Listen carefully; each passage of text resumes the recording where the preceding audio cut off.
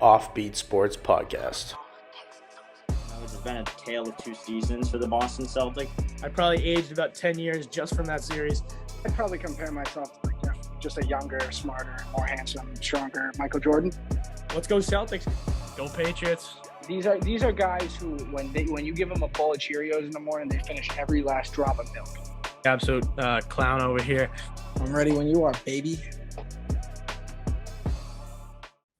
All right, everybody. Welcome back to the Offbeat Sports Podcast. As today we are joined by Patriot and Bengal legend, 2004 Super Bowl champ, and one of, if not the biggest guest we've ever had in the show, Mr. Corey Dillon. Thank you for coming on. Well, thanks for having me. I appreciate it. Yeah, thanks for coming on, Corey. Yeah. No problem. No problem. So the first question that we have for you. So you held a pivotal role in the Patriots Super Bowl in 2004. You had 75 yards on the ground, 106 yards from scrimmage. Walk us through that experience and what it felt like to become a Super Bowl champ in that moment. Man, it was exciting, man. And you know what? For the first time in my career, I was caught in the moment. Like when you walk out on the field and you see all those lights flashing right after the kickoff, man, you get startled a little bit. And then you know what?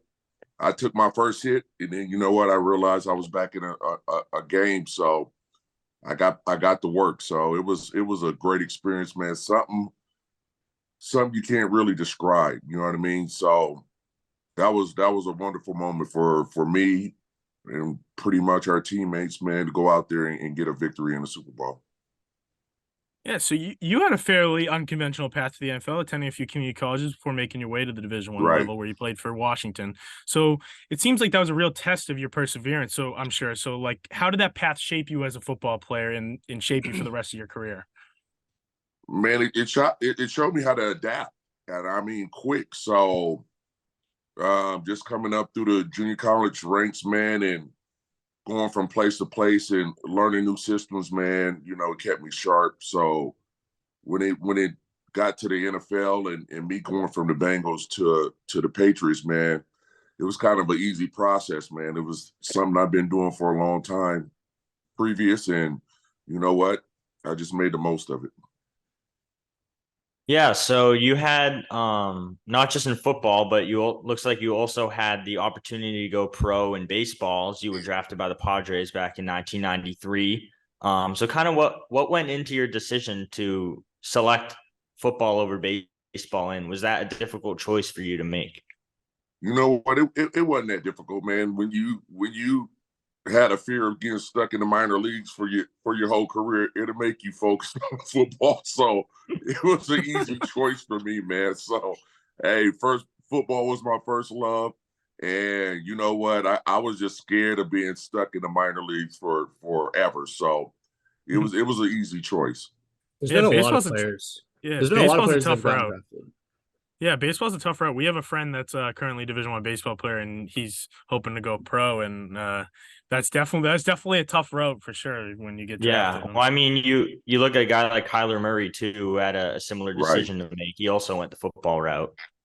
Do you ever think about doing both? Like how? Me personally, I don't think I could pull off a Bo Jackson or a Deion Sanders. You know what I mean? I think that's too much wear and tear on anybody's body. I think you guys got away with it earlier because it was kind of, you know what, the football aspect isn't like it is now. You know what I mean? It's demanding. People are more faster, quicker. It's more demanding on your body. So back then, I'm pretty sure you could get away with it. I personally would recommend it. And definitely I couldn't do it. So I'm not worried. I wasn't worried about it back then. So let's talk a little bit about Bill Belichick, with all the rumors swirling around with him and the Patriots' recent struggles. So what was your impression of Bill and playing for Bill and the Patriots way, his way of running operations? Man, it was a great experience, man. Respect the hell out of Bill, man. He's a great coach, one of the greatest of all time. And you know what? It is what it is, man. So all the rumors, man, I don't listen to it, man. This guy deserve to go out how he want to go out and when he want to go out. And you guys can't, not only me, but nobody can try to discredit what he brought to the Patriots. So that's one of those things that's between Mr. Kraft and Bill. I tend not to dip in that because I love them both. So hopefully they can make the smart decision and Bill be around. Just give my man some space and a chance, man. He'll right the ship. And honestly, I'm with you. I don't think. I mean, he gave you 20 plus years of success. I think even if we suck for a few years, I think we owe it to him to let him kind of do his thing and go out on his way. That's my personal opinion. Yeah, that's what I'm thinking as well, man. He did so much for that organization, man. You gotta have some down years sometime, man. So I'm gonna give him that, man. I'm not jumping on the ship of trying to get rid of Bill. Never. Yeah. That's not gonna be me. And what I say is, at least we're not the Jets. Yeah, that part. Exactly. It could be worse, right? It could be worse. Everybody rebuilds someday. I mean, it's right. Hard. I think it's just hard because there's people in our generation so used to the winning, and like the fan base has obviously gotten younger with time now. So like they're not used to the way that the team is now. But I feel like a lot of teams go through patches like that. I mean, every team goes through rebuilding at some point in the franchise. So maybe this is the Patriots' time to start rebuilding. But man, Bill is a general, man. I would not count that dude out, and I'm not quick to try to get rid of him either at all. So speaking of Bill and the way that he led and kind of the culture on the team, was there any differences in like the culture when you came over to New England from Cincinnati in like 2004? Like, was there any major differences that you saw? Obviously, talking about Bill, so I can imagine there's probably a lot. But. Oh, there's a lot of structure with him, man. And the thing I loved about him straight up was he treated everybody the same. So I done seen him hop on the star players. So just like he would a practice squad player. And that's one thing I liked about him. He was straight up and he was honest with you. And the structure in the locker room where he allowed the veterans to police the locker room and gave the vets that respect of, you know what, you guys take care of that locker room. And if it gets too out of hand, you know, you got to come see me. So everybody was, you know, on the same chord of, you know what, going out there performing to get the job done. And then the flexibility he gave you, like, you know, as long as you winning, you know, do what you do. So I love that about him. Yeah, so back in the early 2000s when you came over to New England, you had the opportunity to play with one of the greatest players, if not the greatest player of all time, and Tom Brady during his early years. Who's that? Tom who? Nah, I'm just playing. Yeah. So that old guy? Come on. Yeah, who knows that? Who knows him? But yeah, we were just wondering if you had any interesting stories or moments you can remember with Tom. Man, I told this story a million times. I tell you what, man, it was one, you know how he does his pregame little ritual, man, and he started headbutting people, right? So I usually walk by him. I'll be like, man, this dude is tripping, man. Let me get out to this field. Because he's either doing it with somebody else or Daniel Graham. One time he caught me, and I'm walking out to the field, man. And he's, you know, his normal self, let's go, and he's pumped up, and he grabs me, and he headbutts me, and I'm thinking to myself, man, did this guy just shatter some of my teeth?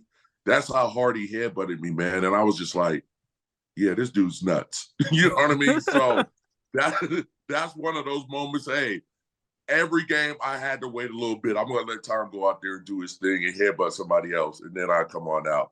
But that's one thing I remember, man. I thought I had to see a dentist that game, man, because he almost broke my teeth with the headbutt. It's that avocado ice cream. It's that avocado ice cream. There it makes him nuts. That reminds me of the video. There's a video of one of the players back in like the early 2000s, or late 90s. He's on the Chargers, and he's like in the training room. He's like, hit me harder, Joey. Like guy like punches him in the face. That's all I can think of in my head is like Tom just like walking around like headbutting people. Hey man, it happened.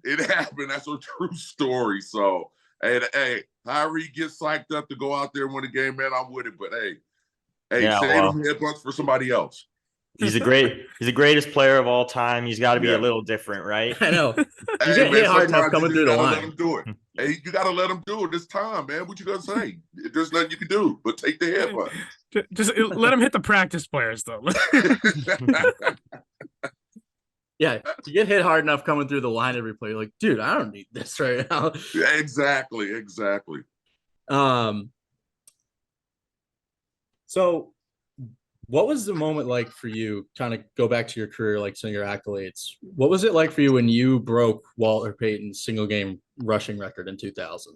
Like, what was that like for you? It was bittersweet, man, because Walt just passed like a couple of months before that even happened, man. And at that time, man, we were just trying to get our first win. And I didn't even know how many yards I had in that game. I was just trying to seal the deal and get our first win. And dude ended up breaking a record. So coming off to the sideline, I actually looked up at the scoreboard and it said, I set the new record, man. And I thought about Walter instantly. To me, it felt like some things you shouldn't break some records. And I actually went out and broke one of the greatest running backs records of all time. And it was cool, but that's something Walt should have had for a long time. So, I take it in memory of Walt, but you know what? I was just out there trying to get our first win. And that's not the only record you have. Yeah, I know that one was broken, but you still hold numerous franchise records with the Bengals all-time leading rusher, Patriots all-time single-season rushing leader, which begs the question, why do you think you haven't been voted into the Hall of Fame? Because in my opinion, I think it's an absolute travesty. Because I've been thinking the same thing. I'm trying to figure out what's the criteria and what's the deal. So I'm gonna leave that to them. I'm not gonna dive into that too much because every time somebody complains about it, it gets worse. So I'm gonna leave it to them to try to figure it out, and hopefully they can figure it out soon. If I ever get a vote, I got you. I appreciate you. Hey, if we ever somehow make it see there. you, man. If I ever get a vote, I'll send them a really sappy email. I'll get you in there. Don't worry. That's what I'm talking about. I appreciate it. Yeah. Pull some strings. Thank you. I need it. I'm sure you have way more strings you can pull.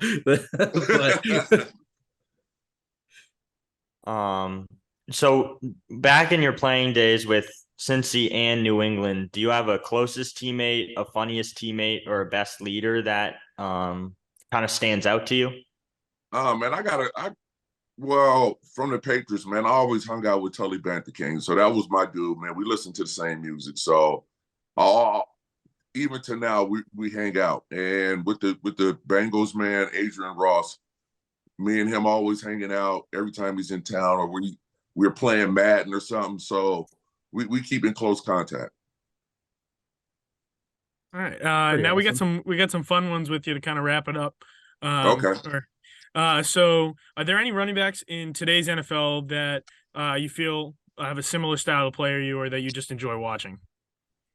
I like Henry, man. I think he's the last of the power backs. So I like watching him, man. And McCaffrey, he's pretty solid. He's more than solid. He's great. You know what I mean? I like Mostert for Miami.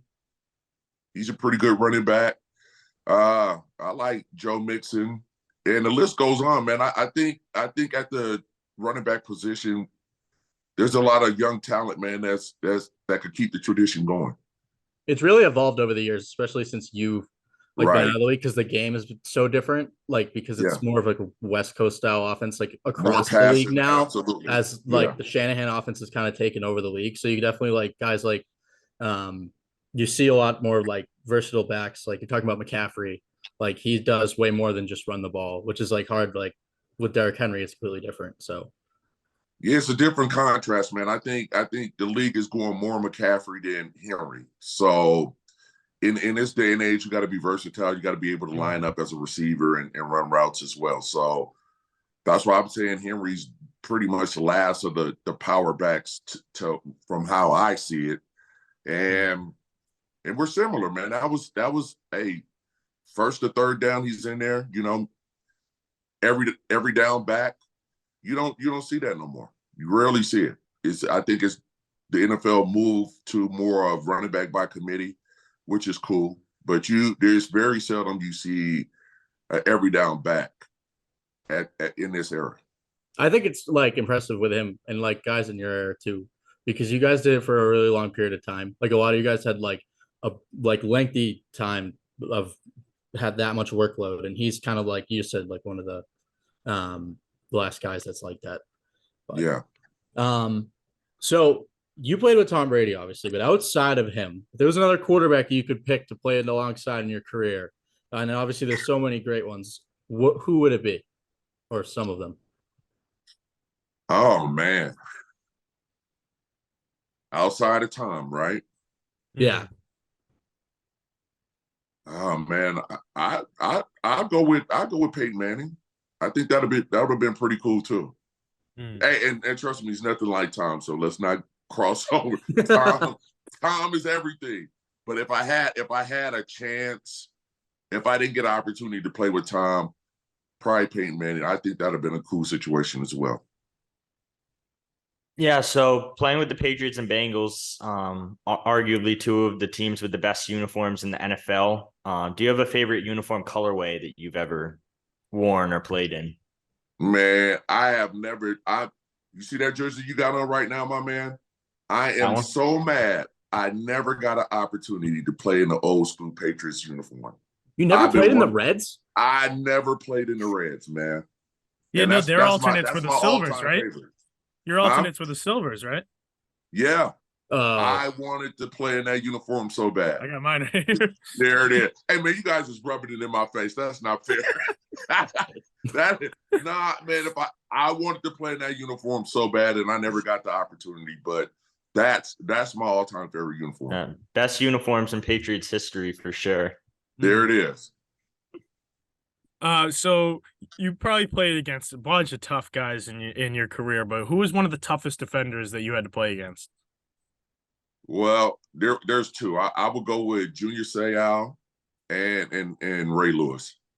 Them guys are relentless. They constantly coming at you, and it's a nightmare picking them guys up in blitz pickups and trying to avoid them tackling you. So I give the nod to them too. Do you have a favorite sports movie that you've watched? Can be a football movie, basketball, any sport. I mean, these are the hard hitting ones. It might be cliche, but I like any given Sunday. That was my favorite movie when I was playing. So I like that movie. It's pretty classic. Cool. That's valid. Yeah. You mentioned this earlier because you were talking about players that you would like to hang out with when we asked you the last of the regular questions. So, because you mentioned music, who are some of your favorite like music artists or songs to listen to pregame, like when you're trying to get ready for a game? Ooh, man, I'm listening to some Bay Area music, some E40s, some Be Legits. You guys may have never heard of these guys. I know the E40. Yeah, some Mac Dre's, some Sebos, man. So that was my little ritual, man. You know what? Slap on the headphones, listen to some Bay Area music, and go out there and do what I do. Do you have like your funniest story from your playing days? Any of your playing days, just a nice funny story, your go-to story to tell people besides getting headbutted? No, hey, well, there's multiples, man. The funniest stuff I ever encountered, man, and it's I can't just pick out one moment, but man, you got to be in those team meetings with Bill when he's cracking his jokes, man. He's the most hilarious person on the planet. So I think people look at his personality and don't think he got a sense of humor. This dude is real funny when you get in them team meetings, and it's just a team. So I enjoyed those moments because it used to be quiet. Everybody's quiet, and I'm over there busting out laughing. And he just used to look at me. He gave me a look like, you thought that was funny. And I gave him a look like, hell yeah, it was funny. So you got to be in them team meeting rooms when Bill is at his best. And those are some of the moments I remember. So you obviously played in two great like fan environments, right? But which one did you find to be like crazier or just a like crazier atmosphere with Cincinnati or Foxborough? Don't get me wrong, both was great. I mean, it all predicated on winning, man. I'm gonna give that to I'm gonna give that to Foxborough because we were winning, man, and it was loud. And I like the fact that, you know what, in the cold, rain, whatever, the crowd is still there, man, and making a lot of noise. So they got a great fan base. So do Cincinnati. So I'm gonna get a nod to Foxborough just on the win factor. I want to ask one quick follow-up. It's not really about that, but obviously you played for both of those teams, and they're both at really different places right now as far as where they're going as like teams. Exactly. What do you think about Cincinnati right now and like where they are like this year? And obviously they just went to the Super Bowl a couple of years ago, and they have some really great talent with Jamar Chase, Joe Burrow, Joe Mixon. How do you feel about them this year? Man, they're gonna be tough to beat, honestly. I think they're rolling, and that's funny. I just came from the Buffalo game, so, and I was in that. They're finally putting it together. Yeah. I was just in that atmosphere where the crowd was going nuts. So right now, I think they're hitting their stride. They're in their groove, and dude, they're gonna be tough to beat on any Sunday. So, and that's just a testament of that organization, you know, stepping up and getting the right pieces in, and them guys are gelling and playing good football. Yeah, they've done a good job over the years of drafting right and like surrounding guys where they need to, where especially with like the star quarterback and everything. So exactly. Yeah, just curious of your opinion on that. Yeah, I think it started with Joe. Getting Joe was big, and he just, you know what, he put a great culture down there in that locker room, and them guys are playing for him. So they're gonna be around. He's always so calm too. You never really see him kind of get like high levels of emotion, panic, like anything. Like he's always just kind of like in his zone, and it's impressive, to be quite honest, because in contrast to Mac Jones, I mean, Mac shows a lot of emotion. Sometimes people criticize that, some people like it. I mean, but it's just kind of crazy to see the kind of the difference between two quarterbacks that like kind of have similar paths to the NFL. Right. So yeah, man, Joe is cool, man. He kind of remind me of a young Brady, man. So yeah, man. That was his draft comp. You know, so they're gonna be good, man. They're gonna be good for a long time. So we're gonna see how that plays out as well. It might be slightly faster than Brady, though. I'll give him that. Hey, actually, he was looking like Brady running. A couple more moves than Brady, but he was looking like Brady running with a hurt calf, though. The little hobble around those yeah, man. Yeah, I understand what you're saying, man. He might be a little faster, but man, they're very similar. Very similar. Yeah, I think they're gonna have a good rest of the year. So I agree. Well, that's all we got for you. Thank you for joining us. We appreciate you. This was a real honor, and 100%. Thank you. Yeah, thank you so much. Thanks for having me, fellas, man. It's been cool, man. And feel free to reach out anytime. I'll be back. 100%. We appreciate it. And everyone, be sure to check us out on Instagram at offbeat_sports and on TikTok at offbeat sports. And be sure to like and subscribe to the video. Thank you. Thank you, guys. Call them all Texas songs.